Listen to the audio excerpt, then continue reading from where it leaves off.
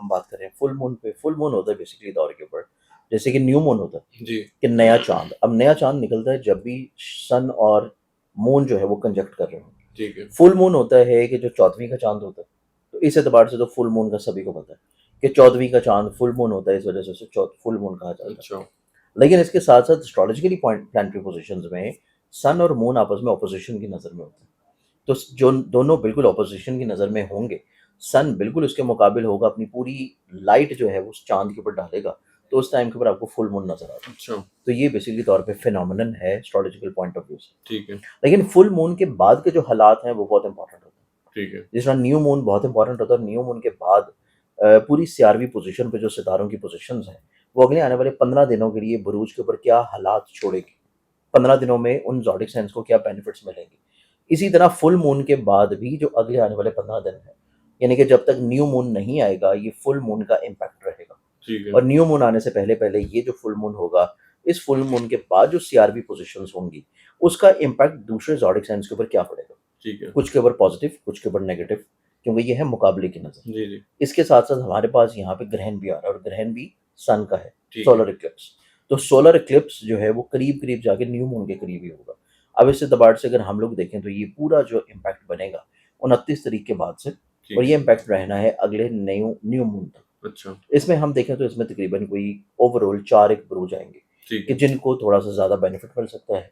लेकिन कुछ zodiac signs इसमें ऐसे भी होंगे कि जो ग्रहण की वजह से और ये फुल मून के इम्पैक्ट की वजह से मुतासिर भी होंगे। ठीक है। इससे किसी तौर के ऊपर उनको एहतियात की भी ज़रूरत रहेगी। बेनिफिशियल ज़ोडिक साइन्स को देखा जाए तो इसमें सबसे पहले ज़ोडिक साइन आता है, और वो है एरीज़ बुर्ज हुए।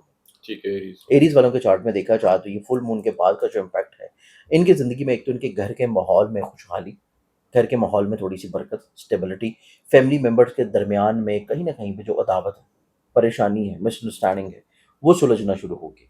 इसके बाद एरीज़ वालों के चार्ट में देखा जाए तो इनकी ज़िंदगी में सफ़र इनके लिए वसीला ज़फ़र बनेगा, और सफ़र से इनको अपने रिश्तों को सँभालने का मौका मिलेगा। ठीक है। तजदीदी मरहलात का मौका मिलेगा। जी। ये लोग अपनी ज़िंदगी में अपने कॉन्फिडेंस को किसी तौर के ऊपर एनहांस कर पाएँगे। अच्छा। ये लोग अपनी ज़िंदगी में किसी न किसी दौर के ऊपर अपने ऐसे ख्वाब को, अपनी ऐसी सोच को किसी दौर के ऊपर अमली जामा पहना सकेंगे, जो ये ऐसे मामलात के बारे में सोच रहे हैं, जो इनके घर की तमीर या तब्दीली या रिफ़ॉर्म्स से जुड़े हुए ठीक है। हैं, या जो इनकी ज़िंदगी में किसी ख़ास रिश्तेदार के साथ अपने मरासम को ठीक करने के लिए मुंसलिक है, या फिर इनकी ज़िंदगी में इनकी काम की जगह पे, मुलाज़मत की जगह के ऊपर कुछ प्रॉब्लम या हर्डल्स या मुश्किलात हैं, और इन चीज़ों को ये किसी तौर पे सँभालना और समेटना चाह रहे हैं। ठीक है। तो ये बेसिकली तौर के ऊपर हमारे पास पहला प्रोजेक्शन बनेगा एरीज़, कि जिसकी ज़िंदगी में ये असबाब मुहैया होंगे कि ये अपनी इस तरह की तमाम ख्वाहिशात को पूरा कर सके। ठीक है।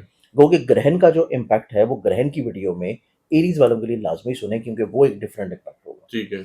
एरीज़ के बाद हम अगले ज़ोडिक साइन की तरफ बढ़ें तो नेक्स्ट ज़ोडिक साइन फिर आएगा स्कॉर्पियो प्रोजेक्टर। ठीक है। स्कॉर्पियंस वालों के चार्ट में देखा जाए तो इनकी ज़िंदगी में ये फुल मून काफ़ी हद तक इनके नसीब में वो तब्दीली लेके आएगा, वो किसी तौर के ऊपर आप यूँ समझें कि एक इस तरह का टर्न लेके आएगा जिस अपनी ज़िंदगी में उस ज़ाविये का, उस मौके का ये लोग काफ़ी अरसा से इंतज़ार कर रहे थे। ठीक है। तो स्कॉर्पियंस जो है उनके लिए हमेशा से चाँद बहुत इम्पोर्टेंट रहा है, क्योंकि चाँद जो है उनकी ज़हन में जब भी आता है, वो इस एतबार से ना सिर्फ़ इनको इमोशनली तौर पे रिएक्ट करता है, बल्कि चाँद की प्लेसमेंट जो है, उनके ज़हन में घर में आके काफ़ी कमज़ोर कैफ़ियत बनती है। तो चाँद इस एतबार से स्कॉर्पियंस वालों के लिए हमेशा बहुत इम्पोर्टेंट रहा है, क्योंकि इनके नसीब का मालिक है। ठीक और है। ये फुल मून के इम्पैक्ट के बाद से स्कॉर्पियंस वालों की ज़िंदगी में जो चाँद का ज़ाविया चलता रहेगा, चाँद के जो डिग्रीज़ और उनकी जो मनाज़िल चलेंगी, वो बुर्जे अक़रब वाले लोगों को घर का सुकून, इनकी ज़िंदगी में सवारी का सुख, फिर इनकी ठीक है। ज़िंदगी में अपने जज़्बात, अपनी इमोशंस, अपनी मोहब्बत की किसी तौर के ऊपर क्लैरिफ़िकेशंस, और ठीक उन क्लैरिफ़िकेशन के साथ-साथ किसी तौर के ऊपर इमोशंस का डिस्प्ले। फिर इसके बाद इनकी ज़िंदगी में ऐसे हासद किस्म लोगों को किसी तौर के ऊपर रोकना, उनके बारे में किसी तौर के ऊपर चीज़ों को लिमिटाइज़ करना, ठीक है। जो बेसिकली तौर के ऊपर इनकी ज़िंदगी में खराबी, परेशानी, प्रॉब्लम्स क्रिएट कर रहे हैं। तो ये हमारे पास फिर बनता है सेकंड ज़ोडिक साइन स्कॉर्पियो। ठीक है। स्कॉर्पियो के बाद अगर हम तीसरे ज़ोडिक साइन की बात करें, तो थर्ड ज़ोडिक साइन जो बनेगा, वो भी बनेगा कैप्रिकॉर्न बुर्ज ज्योति। गुड जी। कैप्रिकॉर्नियंस के चार्ट में देखा जाए तो फुल मून के बाद का जो दौरानिया होगा, इनकी ज़िंदगी में 2 तरह की कैफ़ियत ज़हनी तौर के ऊपर बहुत ज़्यादा उभरेंगी। अच्छा। पहली कैफ़ियत लीडरशिप क्वालिटी। ठीक है। लीडरशिप क्वालिटी अपनी ज़ात से लोगों को फ़ायदा पहुँचाना, ब्लेस्ड करना, और कहीं न कहीं पे कुछ रुकी हुई चीज़ों को जारी करने की कोशिश करना। फिर अपने इर्द-गिर्द के माहौल में अच्छाई बाँटने की कोशिश करना। फलाही तौर के ऊपर कुछ कामों की तरफ माइल रहने की कोशिश करना, और ठीक है। फिर इसके बाद ये लोग अपनी ज़िंदगी में मज़हबी तौर पे रुझानात में भी बहुत ज़्यादा इन्वॉल्व होंगे, और ना सिर्फ मज़हबी तौर पे रुझानात में, बल्कि तलीम और तदरीस की कुछ चीज़ें जो हैं वो इनकी ज़िंदगी में किसी लिहाज से बहुत ज़्यादा इंजेक्टेड होंगी, और तलीम और तदरीस की बुनियाद के ऊपर ये कुछ नई चीज़ों को शुरू करेंगे। ठीक है। और नई चीज़ों को शुरू करने के लिए इनकी ज़िंदगी में कुछ मुखलिस लोग जो हैं वो सोशली तौर के ऊपर इन्वॉल्व होंगे, और इनको दूसरे लोगों से एडवाइस और मशवरा भी मुमकिनात में से मिलना शुरू होगा। ठीक है। तो ये हमारे पास बनता है फिर तीसरा ज़ोडिक साइन। तीसरा। अब इस तीसरे ज़ोडिक साइन के बाद चौथे की बात करें तो फोर्थ ज़ोडिक साइन फिर आएगा, और वो है पाइसेस बुर्ज हौत। ठीक है। पाइसेस वालों की ज़िंदगी में देखा जाए तो फुल मून के बाद का जो इम्पैक्ट इनकी ज़िंदगी में नज़र आता है, ये लोग कोई भी ऐसा काम कर रहे होंगे जो कि बिज़नेस मटीरियल प्रोडक्ट का है, कोई ऐसा काम कर रहे हो जो कि ऑटोमोबाइल इंडस्ट्री से रिलेटेड है, कोई ऐसा बिज़नेस या काम होगा जो कि ज़मीन से, एग्रीकल्चर से, ज़राअत से लिंक अप करता है। इन लोगों को फाइनेंशियली तौर पे बेनिफिट्स मिलना शुरू होंगे। ठीक है।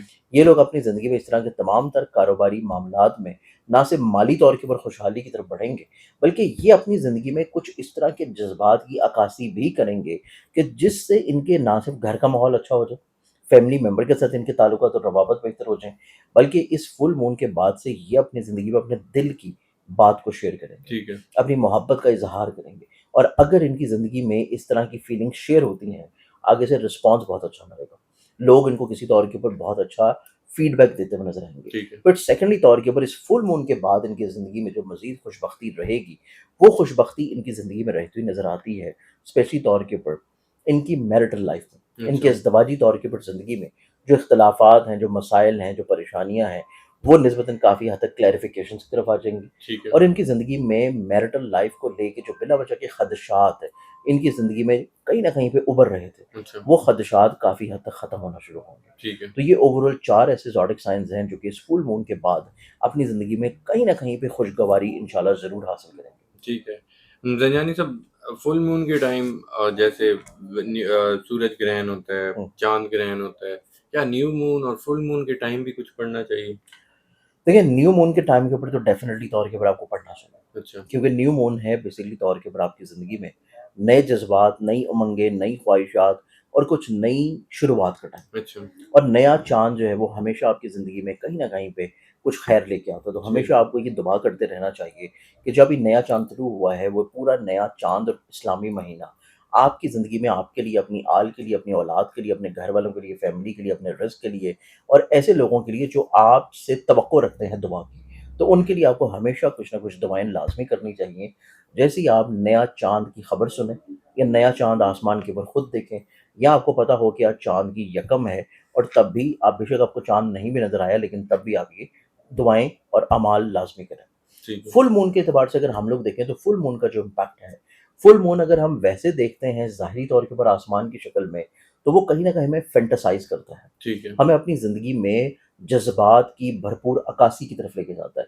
अपने इमोशंस को डिस्प्ले करने की तरफ लेके जाता है कि हम जो चीज़ सोच रहे हैं, जो कहना चाहते हैं, उसको किसी तौर के ऊपर अमली जवाब में लाएँ। जी। उसको किसी तौर के ऊपर शुरू कर दें, हम उसको बीच में अधूरा ना छोड़ें। ठीक तो है। इस एतबार से अगर आप ज़िंदगी में ये सोच रखते हुए फुल मून के दौरान दुआएँ या अमाल या कोई वज़ाइफ़ या कोई नवाफ़िल पढ़ना चाहते हैं कि ज़िंदगी में जो आप सोच रहे हैं वो किसी तौर के ऊपर पूरा हो, पाया तकमील तक पहुँचे, वो अधूरा ना रहे। ठीक है। तो इस एतबार से जो है आपको चाहिए कि आप जिस टाइम के ऊपर जब फुल मून हो रहा है, जैसे कि हमारे पास 29 तारीख को है, तो 29 तारीख को आप नमाज़ फ़जर के टाइम के ऊपर, ठीक है। जैसे कि हम नमाज़ फ़जर अदा कर रहे हैं, आप पहले उसकी 2 रकत नमाज़ सुन्नत अदा करें, और उसके बाद जो फ़राइज़ हैं, इन दोनों के दरमियान में आपने रुक के एक तस्बीह पढ़नी है 100 मरतबा दुरूद शरीफ की, ठीक है। और उस दुरूद शरीफ की तस्बीह पढ़ने के बाद आपने फ़राइज़ अदा करने हैं, और फ़राइज़ अदा करने के बाद फिर आपने अल्लाह के हज़ूर सजदा और रेज़ी में दुआ करनी है कि इस फुल मून के बाद के जो डेज़ आ रहे हैं, वो आपकी ज़िंदगी में आपको हौसला दे, तक़वियत दे, और आपके घर में